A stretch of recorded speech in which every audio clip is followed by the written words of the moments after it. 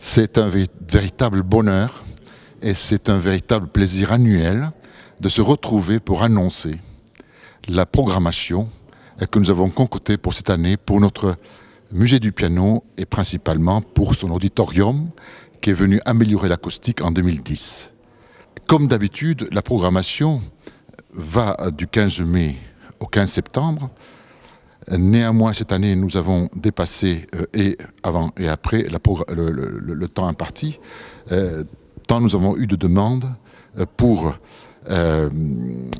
offrir à la population, non pas seulement Limouxine, mais également de l'intercommunalité et même de la moyenne Haute-Vallée de l'Aude, de divers événements musicaux et de qualité. Évidemment, musée du piano, c'est concert solo, c'est le piano. Et cette année, 3 grands solistes qui ont comme principale caractéristique d'avoir cette année enregistré des disques. Je voudrais nommer Vermelin, qui est une grande spécialiste de Schumann, qui, dans son dernier enregistrement, relate la conversation amoureuse, musicale et pianistique entre elle, Clara Schumann et Robert Schumann. Je voudrais parler de Johanna Godal, le 8 août. Johanna Godal est une musicienne suisse qui est tombée amoureuse de notre pays, qui est une grande spécialiste de Bach et qui, elle, a la caractéristique d'explorer les intrications, les connivences culturelles de l'Est et de l'Ouest. Et c'est ainsi que le concert, l'événement de cette année, est intitulé Bach et le soufisme, car elle va chercher dans le soufisme des analogies avec la musique de Bach. Et elle essaie, au-delà de ceci, de recomposer Bach dans ce sens-là. Je pense que ça va être un grand événement musical. Et puis nous avons, comme 3e récital de piano solo, bien sûr, François Chaplin, qui est déjà venu et qui est mondialement connu pour l'interprétation de Schubert, mais également de Brahms. Au-delà de ceci, et autour de ces 3 récitals, va tourner de multiples événements.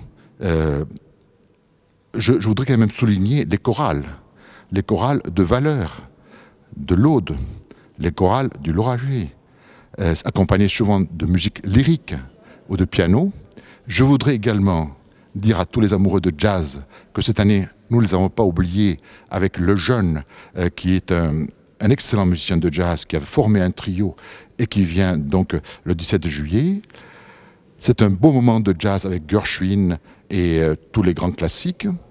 Également, nous recevons un grand artiste qui a joué pendant une dizaine d'années dans l'orchestre du Capitole de Toulouse, Tropini, qui a monté un trio où il va en même temps associer les musiques classiques aux chansonnettes, où on va retrouver Aimé Saillant et Gainsbourg et Morane et peut-être même Mozart. Ça va être un très beau moment musical. Pour terminer l'année avec l'orchestre de chambre de Toulouse, ne revenons pas à sa notoriété mondiale, mais qui, tous les gens, font un geste pédagogique en faire les enfants pour faire un concert de l'après-midi, un concert pour expliquer les tenants et les aboutissants de la musique classique. Voilà pour la programmation de cette année. Ce que je voudrais dire, que nous sommes très heureux à chaque événement de rencontrer les auditeurs, les amoureux de la musique et d'échanger avec eux. Ce lieu est un lieu convivial, est un lieu de chaleur, est un lieu de bonheur et de plaisir.